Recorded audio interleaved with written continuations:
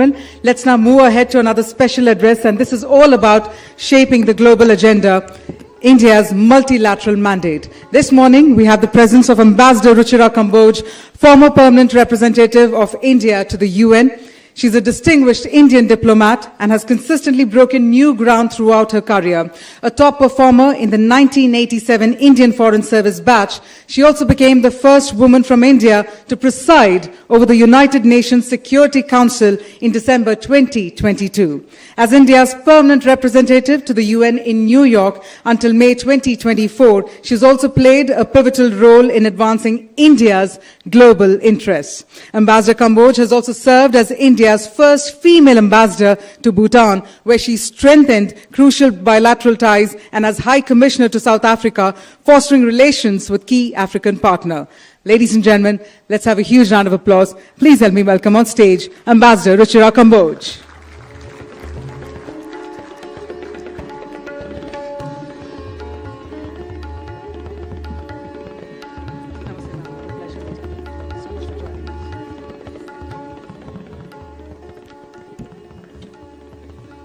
Well, good morning, everybody. Distinguished guests and all members of this wonderful audience. Now, before I begin, I want to extend my sincere appreciation to our hosts. Events like these are not just opportunities for intellectual exchange. They are catalysts for shaping the future, spaces where ideas converge and resonate long after we've left the room. I thank Claus not only for inviting me, but for creating a platform where the urgency of our times meets a clarity of purpose. It is rare to find a forum that brings together such powerful voices, and we have just heard Chairman ISRO, capable not only of observing the world, but hopefully of reshaping it. Now, with that in mind, I will turn immediately to the topic at hand, shaping India's multilateral mandate, basically how India has shaped the discussion in the course of its United Nations journey. I will address 6 key themes. First and foremost, India's historical contribution to multilateralism. Then our leadership at the United Nations Security Council, which is really the cockpit of the UN system. Our strong stance on counter-terrorism, our unparalleled contributions to UN peacekeeping, and our advocacy for essential reforms in global governance structures such as the United Nations Security Council. And finally, I will highlight India's soft power, which has become a significant force in shaping global discourse. So first and foremost, let's start with some history. I think all of you are very familiar that India was a founding member of the United Nations in 1945. And from these early days, India has been a voice for the oppressed, for the marginalized, and for the voiceless. We took a principled stand against apartheid long before it was widely accepted, or should I say long before it was fashionable, and we led also the charge in the decolonization movement. Our diplomatic leadership during those times established a framework for India's engagement with the world. And what was that? It was rooted in justice, peace, and human dignity. Many of you would recall here that India was the very first country to bring apartheid to the agenda of the United Nations, and we persisted until the system was dismantled in 1992.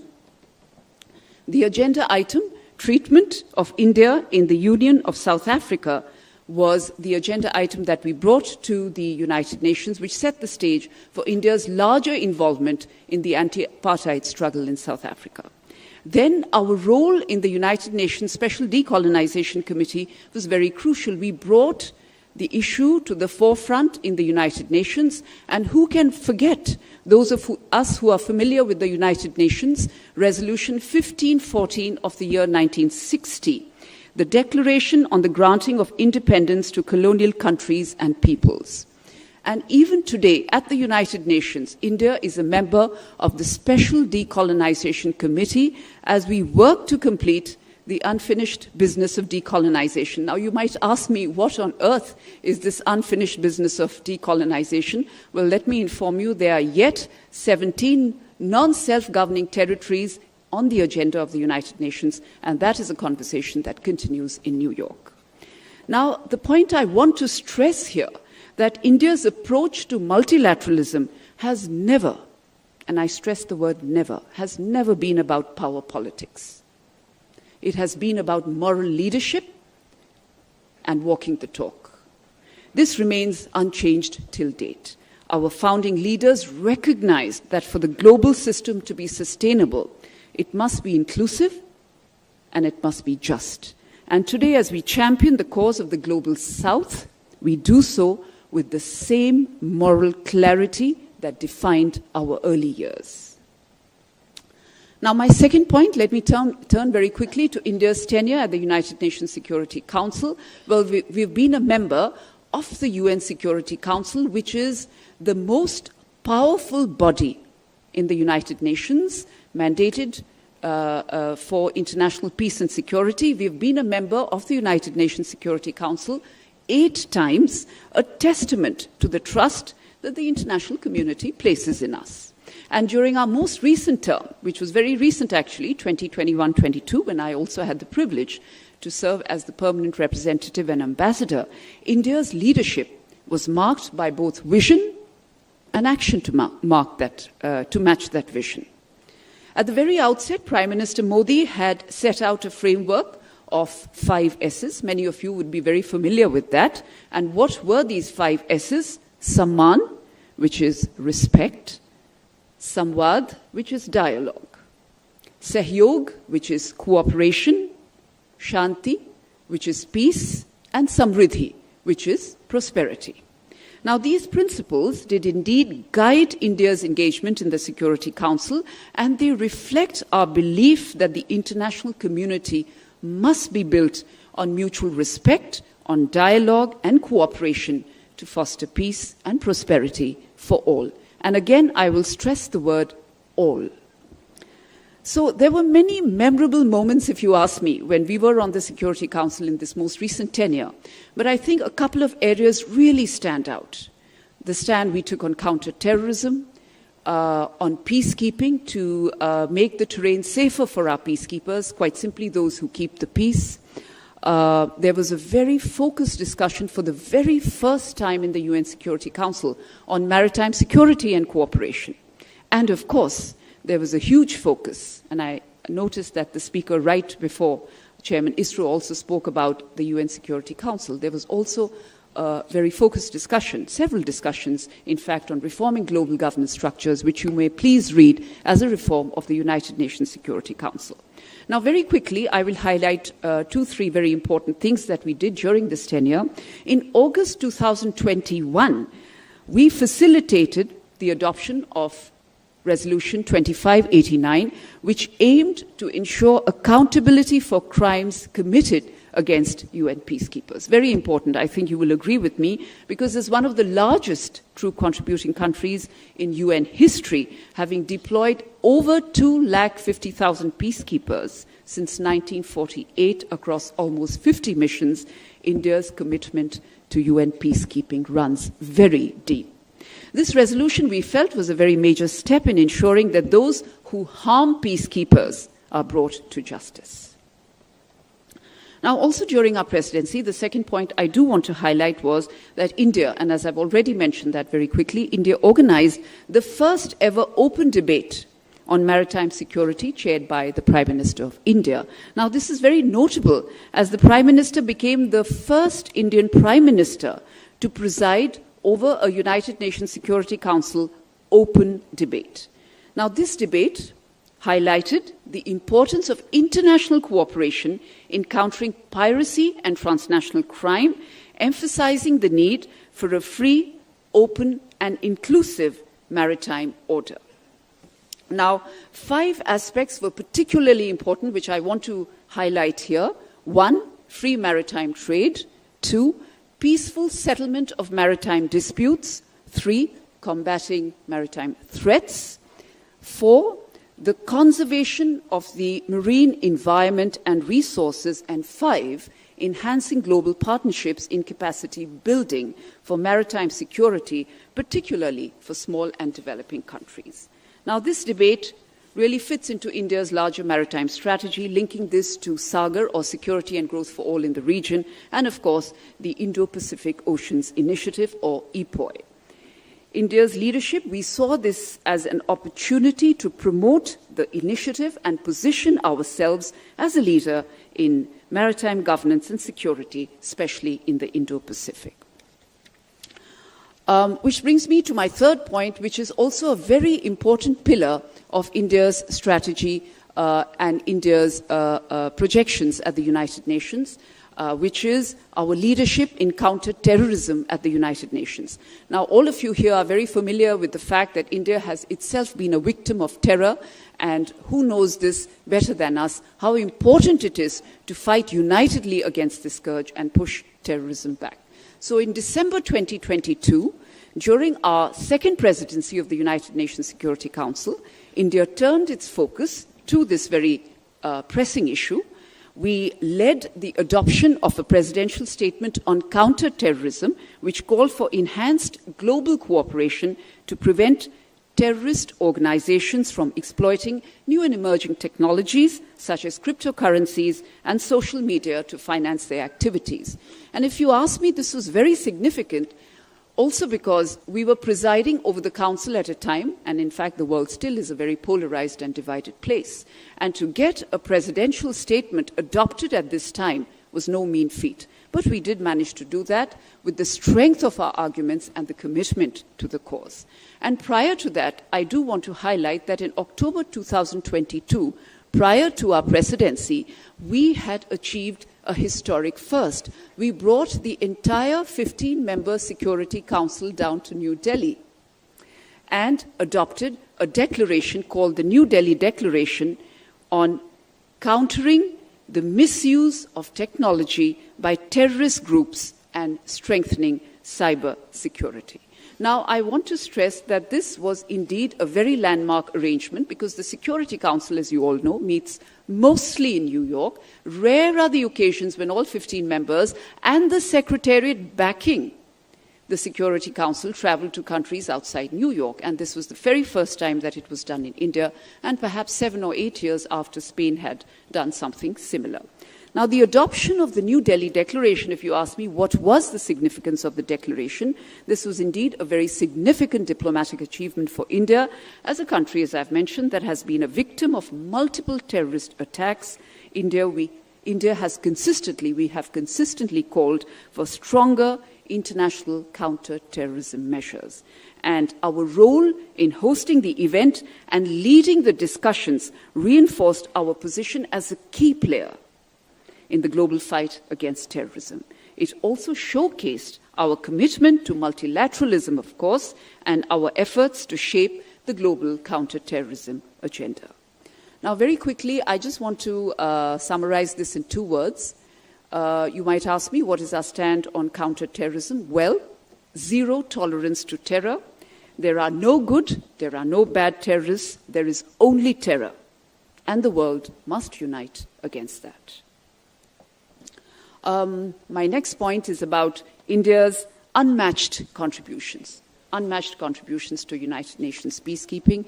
Very quickly, all of you would recall that India has been associated with United Nations peacekeeping since the very inception of peacekeeping, since 1948. And what was that mission?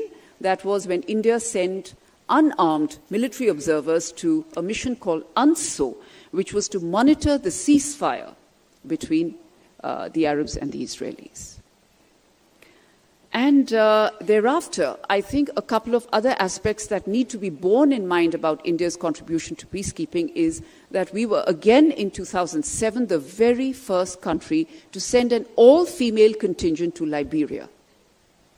A transformative moment that inspired local women, as we are told, to join the police forces and empowered entire communities. In fact, when our peacekeepers left Liberia, the then president of the country, Ellen Johnson Sirleaf, singled out the contribution of India's women peacekeepers. And I must also add here that this move by India inspired other countries to also consider gender-inclusive approaches to peacekeeping. So in many ways, perhaps you would agree with me that India was a pioneer here.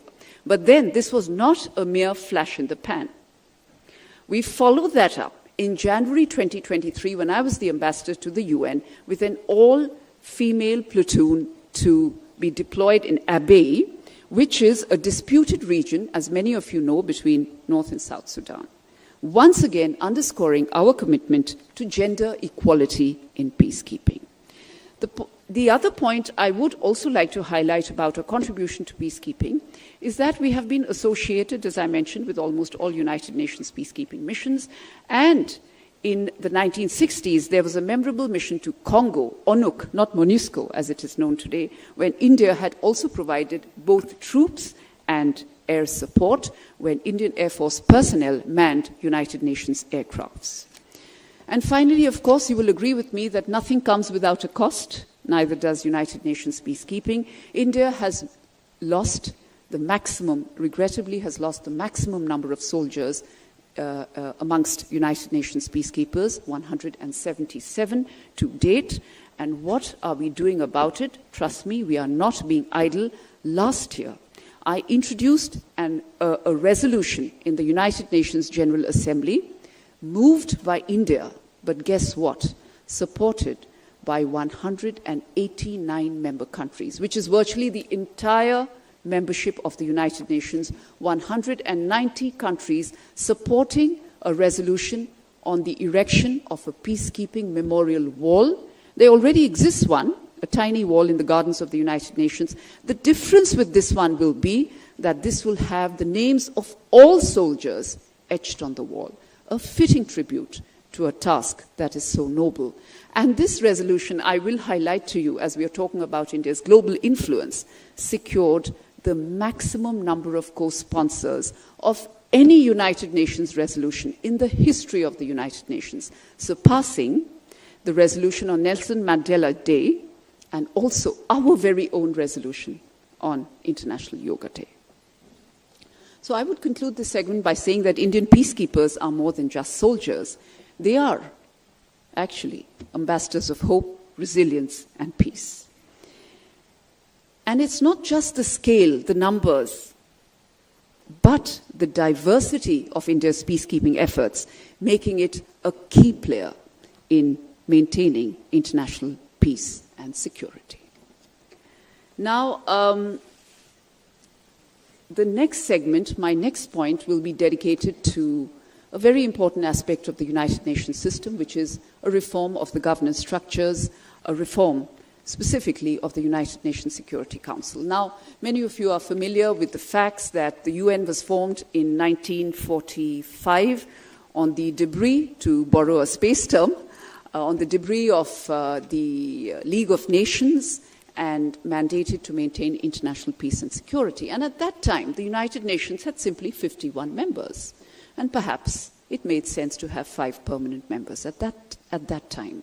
But today, what is the membership of the United Nations? 193. So the membership has quadrupled.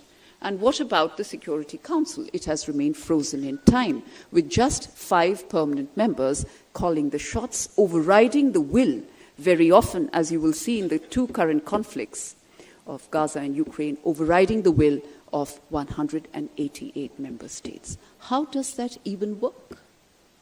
Clearly it doesn't. And therefore, India has been calling for an urgent reform of the Security Council, to expand it, to increase the presence of both permanent and non-permanent members, to bring a greater majority of members from the unrepresented and underrepresented regions of the world, basically the global south.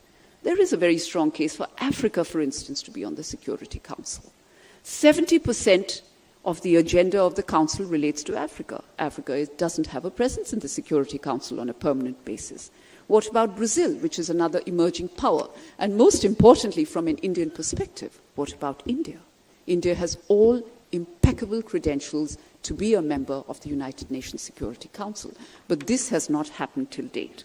But lest anyone in this room feel that India is only obsessed about expanding its presence in the Security Council as a permanent member, our stand is one of comprehensive reform, not just an expansion in the numbers of those who are in the Security Council, but a reform in the working methods of the Council to make these more transparent.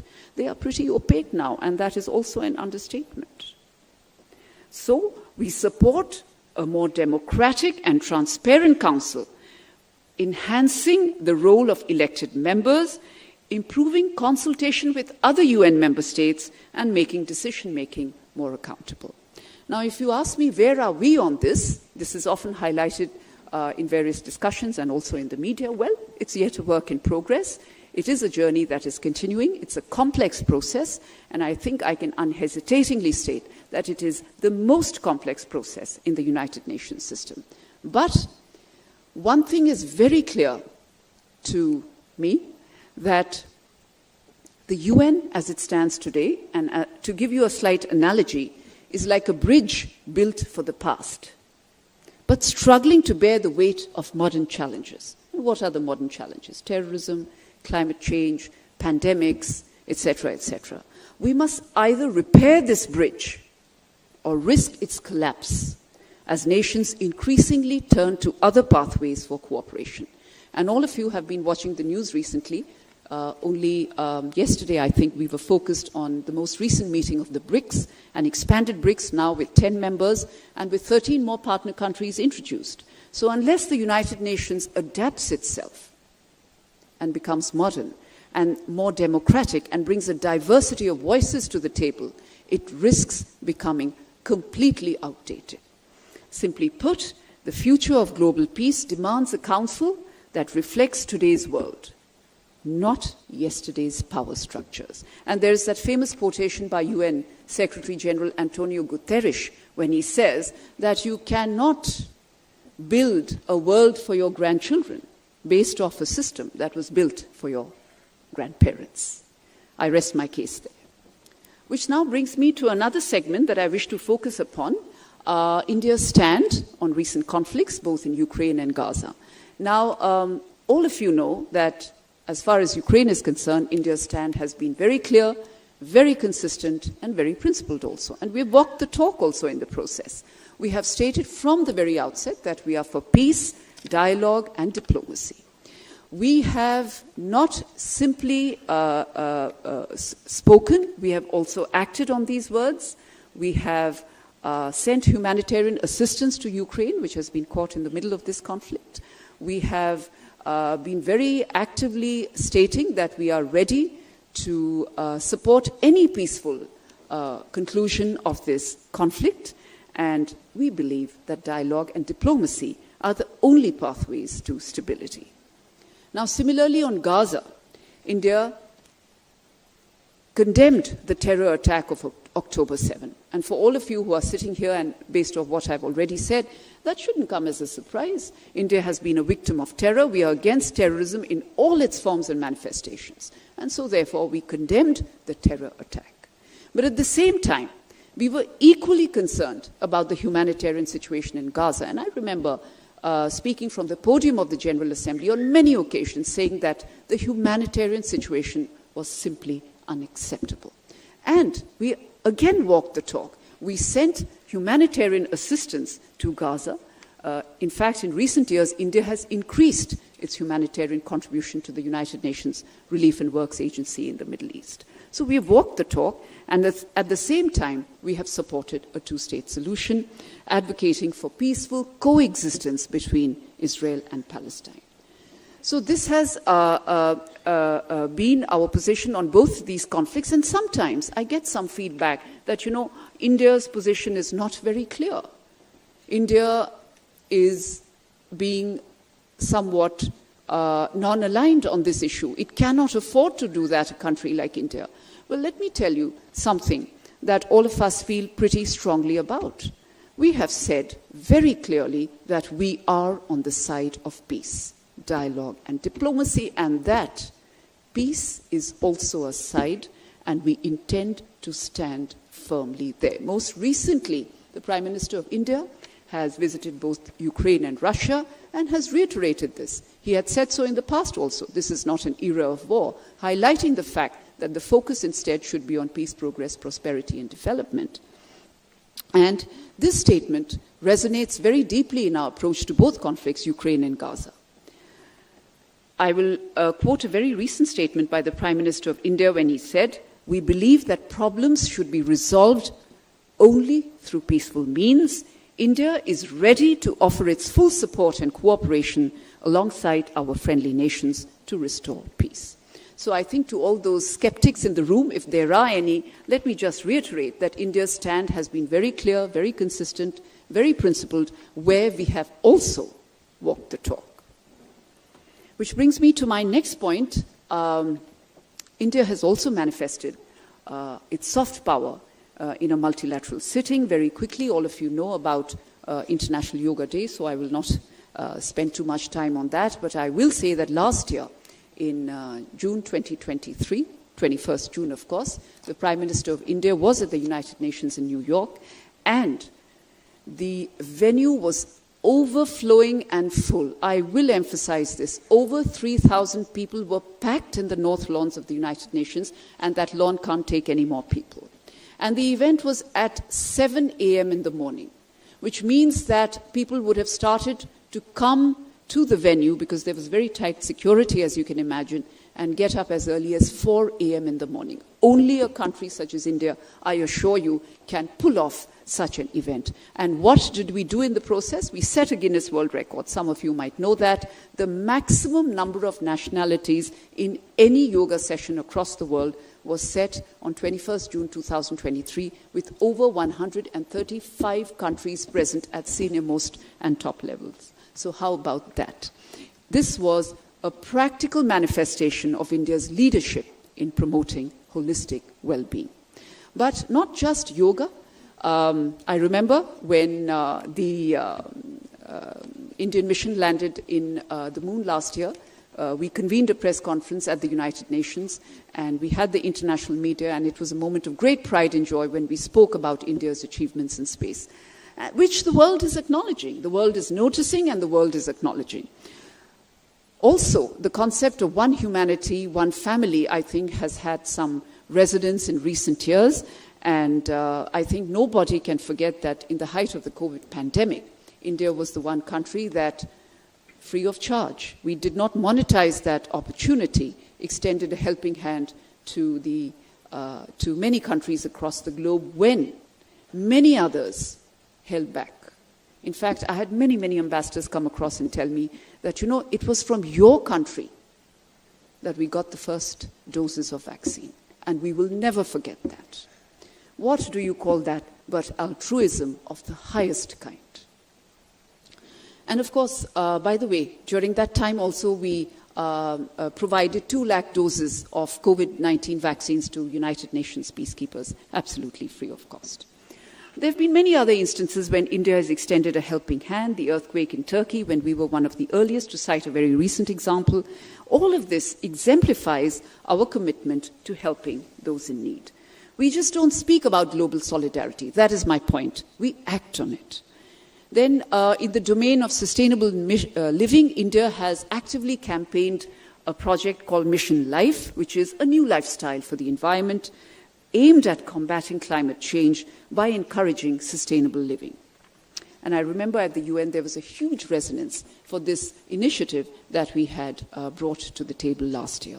And then in 2023, last year, we also led the declaration of the International Year of Millets, a move aimed at promoting food security and sustainable agriculture globally.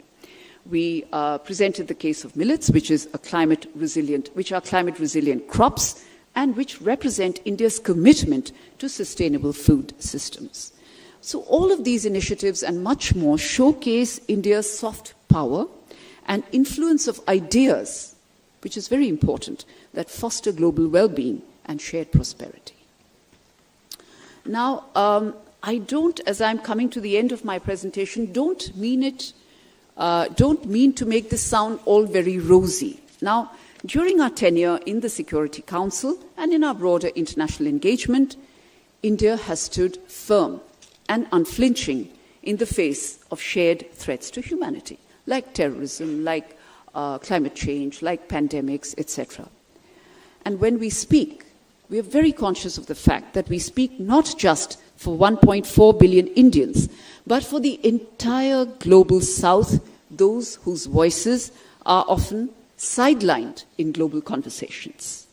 We recognize that our role is to stand up for the marginalized and to make their concerns heard. And there have been times when we have stood alone, but we have done so proudly. The alternative, what was the alternative? The alternative was to compromise on the core principles that define us, and that was never an option. India has always prioritized standing on the right side of history, defending those principles of justice, of equality and peace that shape our identity and indeed our global presence. We also made it a priority to spotlight issues that had been ignored for too long, issues that matter deeply to us and to much of the world. Our aim has been to shift the global agenda and bring attention to the real pressing challenges facing developing nations. Because after all, we are from the global South and indeed one of the leading voices of the global South. And here I will tell you, let us not forget that while membership of the African Union to the G20 had been a subject of discussion for years. After all, India was not the first country to bring this agenda to the table, but it was during India's presidency last year that we brought this aspiration to fruition. In doing so, we demonstrated that India is not only a voice for itself, but also an advocate for others, walking the talk on the concerns of the marginalized.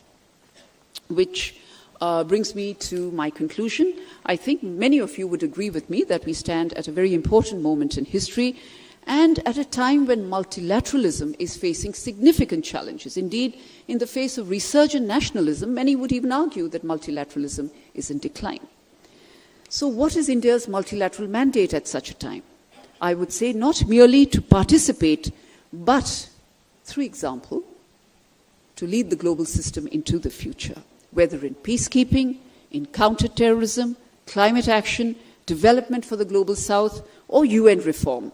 India's contributions are influencing the way the world addresses its most pressing challenges. And what is our message to the world? If I were to summarize this, I would say, in unity, there is strength. In dialogue, there is progress. And in cooperation, there is peace. We are aligned with peace and committed to fostering it globally.